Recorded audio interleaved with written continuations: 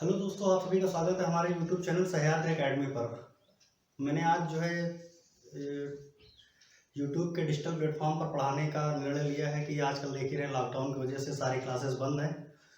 तो इस कड़ी में एक चैनल क्रिएट किया है जिसका नाम है सह्याद्री एकेडमी। आप सभी से यही है विनती है कि आप लोग चैनल को सब्सक्राइब करें और घर बैठे आप लोग ऑनलाइन क्लास का आनंद उठाएं और अपनी तैयारी कंटिन्यू रखें, क्योंकि आने वाले समय में कोचिंग खुलने का कोई दिख नहीं रहा है अभी तक बिल्कुल भी। तो उसी कड़ी में मैं आपको आज इतिहास की क्लास शुरू कर रहा हूँ।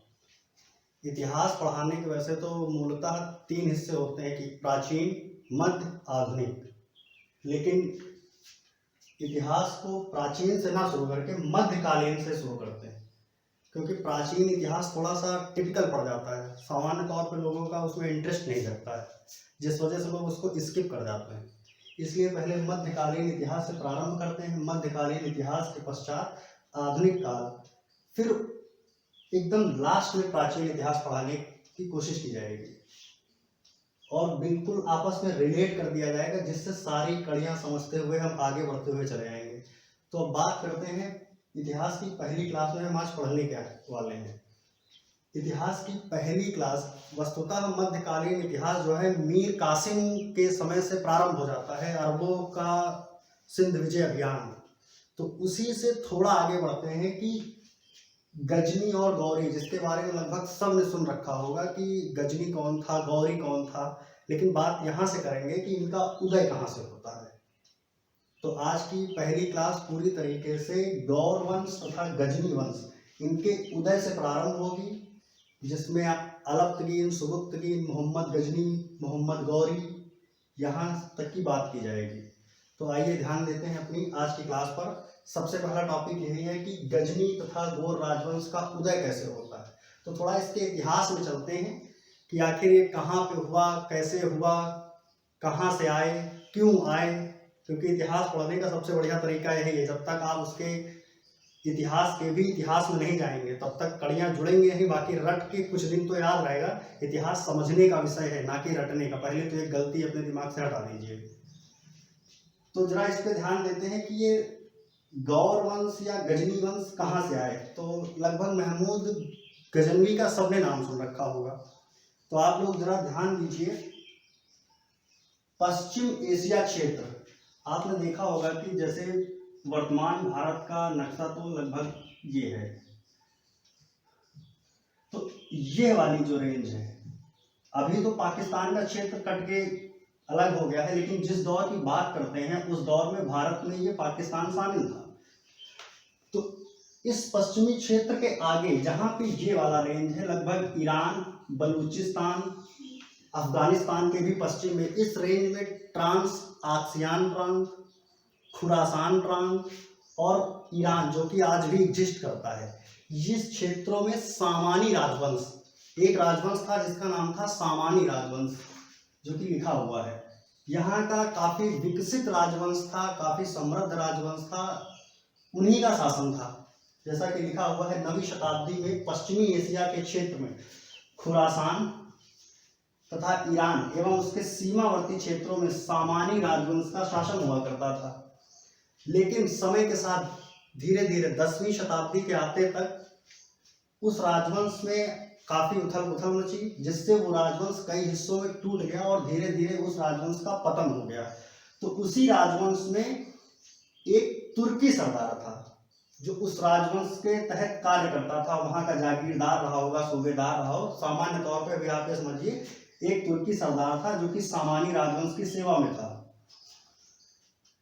जिसका नाम था अलप्तगीन।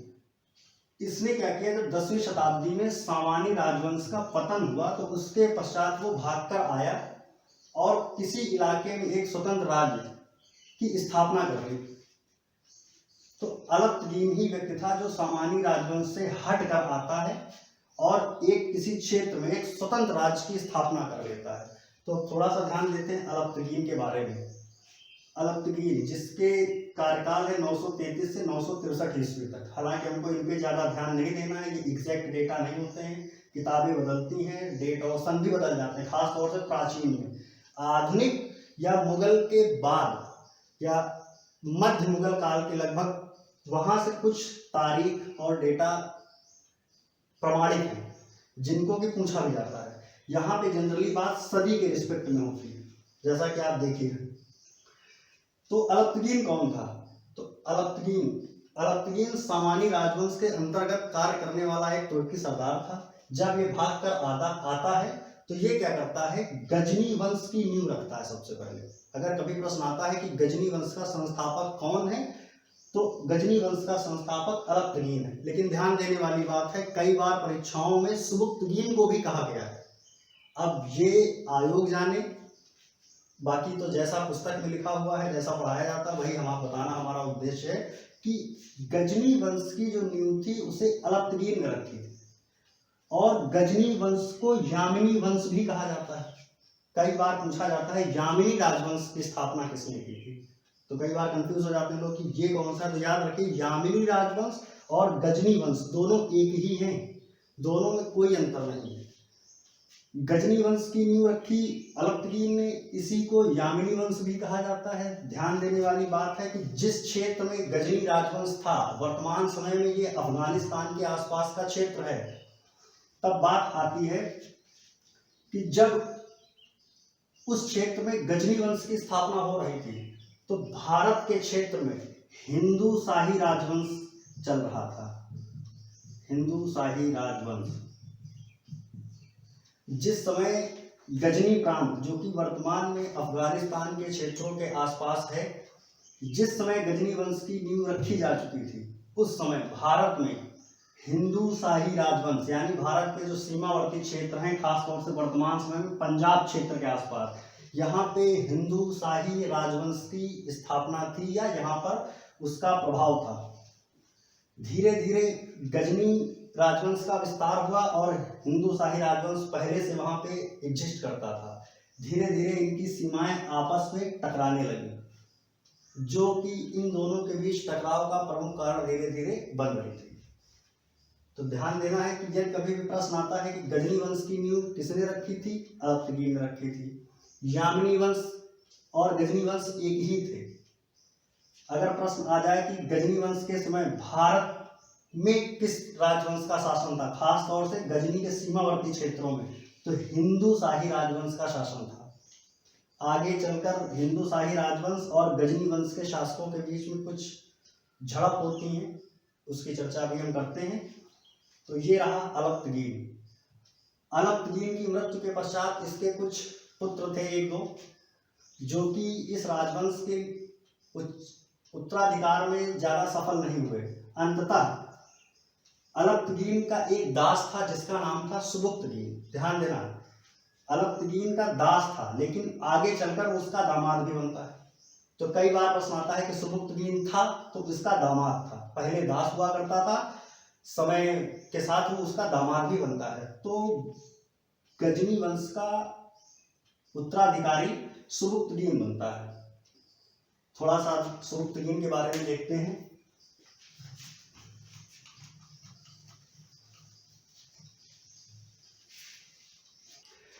जैसे कि अभी तक हमने चर्चा की थी अलप्तगीन के बारे में कि अलप्तगीन ने गजनी वंश की नींव रखी, फिर क्या हुआ। तो अलप्तगीन की मृत्यु के पश्चात 2-3 राजा और बनते हैं, लेकिन वो ज्यादा समय तक गजनी वंश में रह नहीं पाते हैं।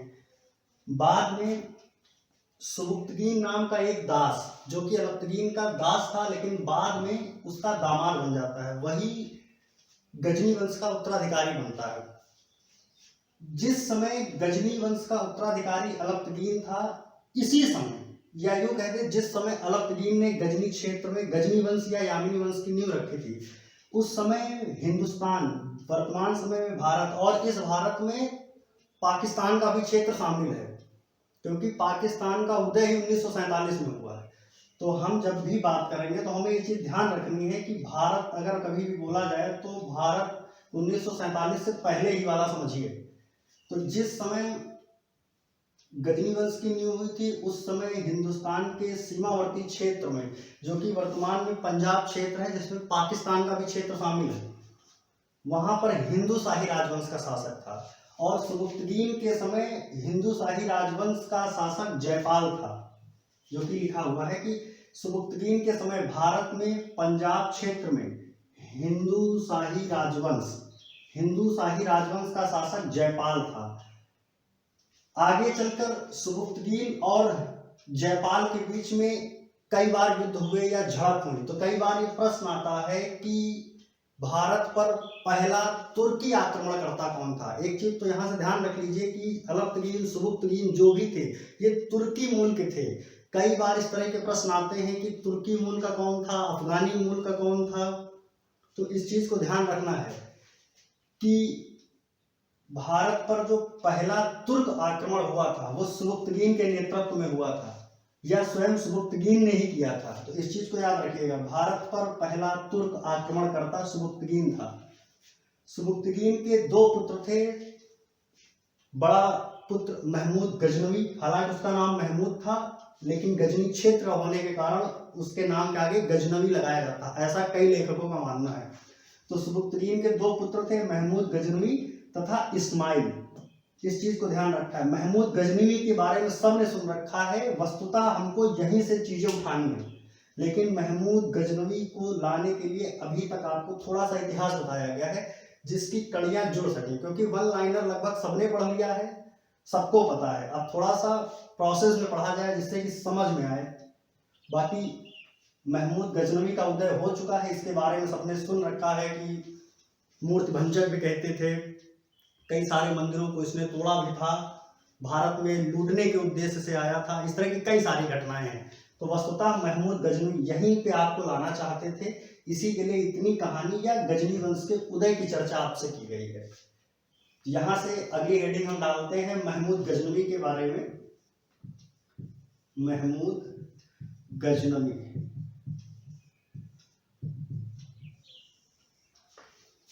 महमूद गजनवी, जैसा कि पहले बताएं कि महमूद गजनवी के पिताजी का नाम सुबुक्तगीन था, अर्थात सुबुक्तगीन का पुत्र महमूद गजनवी था। सुबुक्तगीन के पश्चात महमूद गजनवी 998 या 999 ईस्वी के आसपास एक गजनी क्षेत्र का राजा या शासक बनता है। कई किताबों में 999 भी लिखा हुआ है, कई पुस्तकों में 998 का भी जिक्र किया गया है, तो इस पे हमें ज्यादा जोर नहीं देना है। जब ये शासक बनता है उसके पश्चात गजनवी ने, लगभग सब ने इस चीज को सुन रखा है कि गजनी का मुख्यतः उद्देश्य था आसपास के क्षेत्रों को लूटना, ना कि वहां पे शासन करना। जबकि इसके अतिरिक्त गौरी, जिसके बारे में भी आगे चर्चा होगी, गौरी का उद्देश्य था जहां कहीं भी वो अटैक करता था तो वहां पे राज करने के उद्देश्य से, वहां पे अपना शासन करने के उद्देश्य से, या यूं कहें कि अपने क्षेत्रों का विस्तार करने के उद्देश्य से। तो ये दोनों में एक बेसिक डिफरेंस है कि गजनी का उद्देश्य जो है वो लूटना था, लेकिन गौरी का उद्देश्य जो है जिस भी क्षेत्र पर आक्रमण करे वहां पे शासन करना था। इस चीज को थोड़ा सा ध्यान में रखिएगा। इसी कड़ी में गजनवी ने, मोहम्मद गजनवी या महमूद गजनवी ने 1000 ईस्वी से 1027 के बीच में भारत पर कुल 17 बार आक्रमण किया था। इस चीज को ध्यान रखिएगा, कई बार ये प्रश्न पूछा गया है विभिन्न परीक्षाओं में कि गजनी ने कितनी बार आक्रमण किया था, 17 बार। कई बार प्रश्न आता है कि बाबर ने भारत पर कितनी बार आक्रमण किया था, जहां पे आएगा वहां पे चर्चा की जाएगी।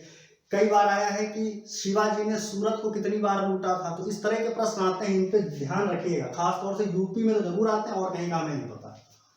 तो गजनवी ने 1000 ईस्वी से 1027 के मध्य भारत में कुल 17 बार आक्रमण किया था। जब इसने आक्रमण किया तो 1000 ईस्वी में इसका पहला आक्रमण था, जिस दौरान इसने हिंदू शाही राजवंश के सीमावर्ती क्षेत्रों में लूटपाट की थी, उसके बाद लौट गया था। तब तक तो ये घटना ठीक थी, लेकिन उसका जो दूसरा आक्रमण था 1002 ईस्वी में, 1002 ईस्वी में इसका सेकेंड अटैक था भारत पे। जब इसने किया तो वहां पे राजा सीधे सामने आया। तो कई बार प्रश्न आ जाता है कि भारतीय क्षेत्र में पहला अभियान किस राजा के विरुद्ध किया था। तो ये वही राजा है जो हिंदू शाही राजवंश का राजा जयपाल था, जिसकी चर्चा सुबुक्तगीन के टाइम में किया।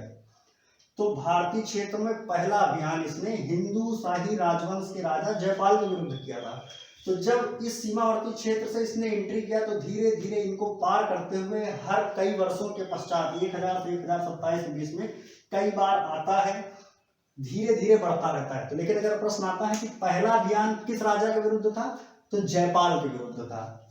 अगला चीज वही सिंपल सा पॉइंट, गजनवी के आक्रमणों का उद्देश्य भारत से वहां की धन संपदा को लूट कर ज्यादा से ज्यादा मात्रा में अपने क्षेत्रों में ले जाना होता था।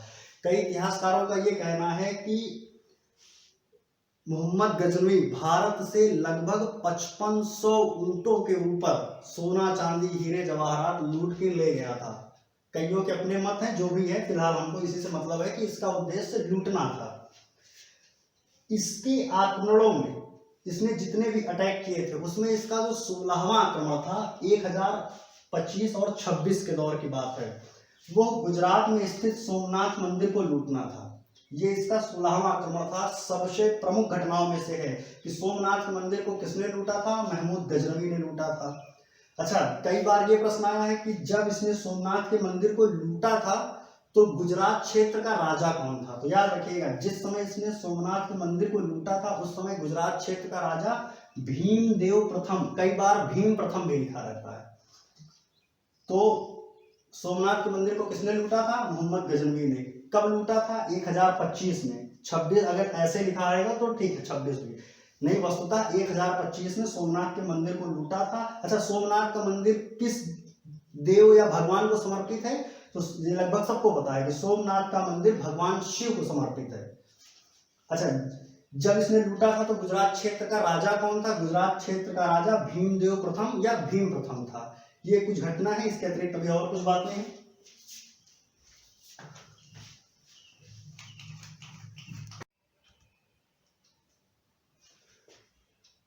अभी देखा है कि महमूद गजनवी ने 1025 ईस्वी में जो है सोमनाथ के मंदिर को लूटा था। उस समय वहां का शासक भीमदेव प्रथम था। थोड़ा सा इसके बारे में और देखते हैं, 2-3 पॉइंट हैं कि इतिहास का पहला राजा जिसने सुल्तान की उपाधि धारण की थी, इतिहासकारों का या ज्ञात स्रोतों का यही मानना है कि महमूद गजनवी इतिहास का पहला राजा था जिसने सुल्तान की उपाधि धारण की थी। ये कुछ चीजें ध्यान रखिएगा, क्योंकि कई बार इस तरह के प्रश्न आए हैं कि सुल्तान की उपाधि सबसे पहले किसने धारण की थी? महमूद गजनवी। इसी कड़ी में एक प्रश्न बनता है कि बादशाह की उपाधि सबसे पहले किसने धारण की थी? तो इस चीज को ध्यान रखिएगा, बादशाह की उपाधि सबसे पहले अगर जिसने धारण की थी तो वो बाबर था। इस चीज को थोड़ा सा ध्यान रखना है। हालांकि जब बाबर आएगा तो वहां पे इसकी चर्चा होगी, मुगल वंश, अभी उसमें काफी टाइम लगेगा। तो पहला पॉइंट ये है, एक नेक्स्ट पॉइंट, कि सुल्तान की उपाधि धारण करने वाला पहला शासक महमूद गजनवी था। इस चीज को दिमाग में बैठा लीजिएगा, कई बार ये चीज पूछी गई है। अगला, विभिन्न मंदिरों एवं देवी देवताओं की मूर्तियों को तोड़ने या उसको विखंडित करने के कारण कई सारे इतिहासकारों ने या उस दौरान भी बहुत सारे जो विद्वान होते थे उन लोगों ने इसे मूर्ति भंजक या बुत शिकन, बुत शिकन एक उर्दू शब्द है जिसका मतलब होता है बुत, बुत मतलब मूर्ति और उसको तोड़ने वाला। तो विभिन्न मंदिरों एवं देवी देवताओं की मूर्तियों को क्षतिग्रस्त या विखंडित करने के कारण इसे मूर्ति भंजक या बुत शिकन भी कहा जाता है। कई बार प्रश्न आया है कि निम्न में से किसको बुत शिकन की उपाधि या बुत शिकन से उसकी उपमा की जाती है? अगर शुद्ध हिंदी में आ जाए कि मूर्ति भंजक किसे कहकर पुकारा जाता है, तो महमूद गजनवी। हालांकि बाद में कई सारे राजा भी हुए जिन पर ये कहा जाता है कि उन्होंने कई मूर्तियों को तोड़ा, विखंडित कराया, लेकिन जब भी बात आती है तो महमूद गजनवी को ही कहा जाता है। ज्ञात स्रोतों में सबसे पहला व्यक्ति है। आगे चलकर 1030 ईस्वी में महमूद गजनी की मृत्यु हो जाती है। इसके 2 पुत्र होते हैं, एक का नाम था मसूद, एक का नाम था मोहम्मद। इसके बाद गजनी राजवंश इन दोनों में आपस में बट जाता है। फाइनली यहीं पर आज की क्लास खत्म होती। अभी इसमें काफी कुछ बाकी है, जैसे कि लगभग 10-20 मिनट का एक छोटा सा लेक्चर होगा कि इसके समय में कुछ इसके कवि हुआ करते थे। कवि मत कहिए, राइटर जो किताब लिखते थे, या इसके दरबारी कवि। जब भी सिंपली इतिहास में प्रश्न आता है कि दरबारी कवि, तो आपने अलबरूनी का नाम सुना होगा, फिरदौसी का नाम सुना होगा, कुछ नहीं तो फिरदौसी का तो सबने सुना होगा, उतबी का नाम सुना होगा। तो इन लोगों ने कुछ किताबें लिखी थी जो उस काल की घटना का वर्णन करती हैं, पूरा इतिहास इसे मिलता है। किताबुल हिंद, शाहनामा, ऐसी कुछ पुस्तकें हैं जो कई बार प्रश्न पूछे जाते हैं, मैचिंग के लिए आ जाते हैं, या पूछ लिया जाता है कि अलबरूनी कहाँ का था, उतबी कहाँ के निवासी थे, फिरदौसी कहाँ के थे। अच्छा, इसमें कुछ एक इंटरेस्टिंग घटना भी है, उसका जिक्र हम दूसरे लेक्चर में करते हैं, आज की क्लास नहीं। और फिर आपसे एक बार कहना चाहूँगा कि हमारे वीडियोस आप तक लगातार पहुँचते रहें, और नोटिफिकेशन आपको प्राप्त होता रहे तो आप हमारे चैनल को सब्सक्राइब कर लीजिए और अपने दोस्त जो भी हों, जान पहचान के लोग, उनको शेयर भी कर दीजिए। सह्याद्री एकेडमी इस नाम से आप सर्च करेंगे, आपको मिलेगा और पूरी कोशिश की जाएगी विद इन टाइम में जल्द से जल्द आप सभी को कोर्स कंप्लीट कराया जाए। बस आपसे एक यही विनती है कि आप जो है इस चैनल को जितना ज़्यादा से ज़्यादा हो सके शेयर करें, सब्सक्राइब करें और देखते चलें। Bye bye.